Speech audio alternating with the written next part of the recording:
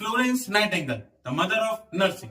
तो आज हम एक ऐसे शख्स के बारे में बात करने जा रहे हैं जिन्होंने हमें नर्सिंग का महत्व और नर्सिंग के बारे में सिखाया।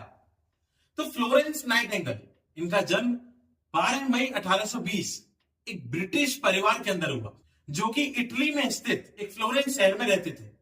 बचपन से ही फ्लोरेंस नाइटिंगेल को लोगों की सेवा करना बहुत ही सही लगता था। जब वे केवल 16 साल की थी तो उन्होंने अपना उद्देश्य बनाया कि उनका जीवन सिर्फ लोगों की सेवाओं के लिए है। लेकिन परिवार की काफी सारी आपत्तियों के बाद भी उन्होंने अपना कदम नर्सिंग क्षेत्र के अंदर रखा और वे वहां से निकलकर 1844 में काइजर वीर्थ, जो कि जर्मनी में स्थित है, वहां पर अपना नर्सिंग परीक्षण के लिए पहुंची। 4 महीने वहां पर कठिन परीक्षण के बाद, काफी सारा कुछ सीखने के बाद उन्होंने ये जाना कि किस तरीके से पेशेंट को केयर दी जाती है, किस तरीके से सहायता की जाती है। लेकिन वहां उनकी जिंदगी में एक नया मोड़ आया। वहां सेवा करते करते, वहां सीखते सीखते उन्होंने अपने जीवन का उद्देश्य बनाया, लक्ष्य बनाया कि मुझे बस अपना पूरा जीवन लोगों की सेवाओं में गुजारना है।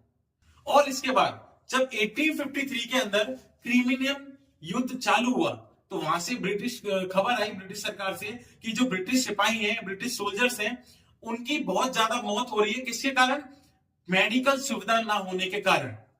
तो फ्लोरेंस नाइटिंगेल ने तुरंत अपनी 35 से 32 लोगों की टीम बनाकर वहां पर पहुंची। लेकिन वहां जाकर उन्होंने देखा क्या कि वहां जाकर उन्होंने ये देखा कि वहां पर जो सेवाएं थी, जो पेशेंट थे या जो सैनिक थे, वो बेमौत मर रहे थे। किसके कारण? अपनी अनहाइजेनिक कंडीशन के कारण या ऐसी सेवाओं के कारण जो कि बिल्कुल ही अच्छी नहीं थी।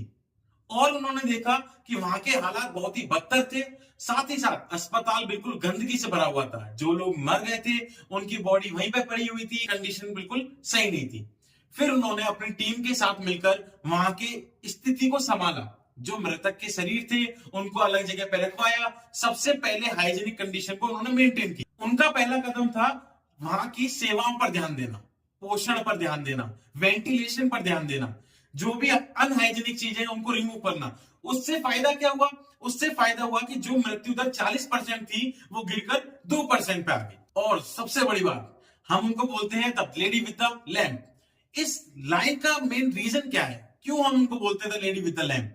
इसका मेन कारण है कि उनकी भावना थी, जब भी रात का वक्त रहता था तो उनका ये था कि वो लैंप लेके पेशेंटों को देखने जाती थी कि कोई किसी तकलीफ में तो नहीं है या किसी को कोई परेशानी तो नहीं है। तो वहां के पेशेंटों ने, वहां के लोगों ने उनका नाम रख दिया the lady with the lamp.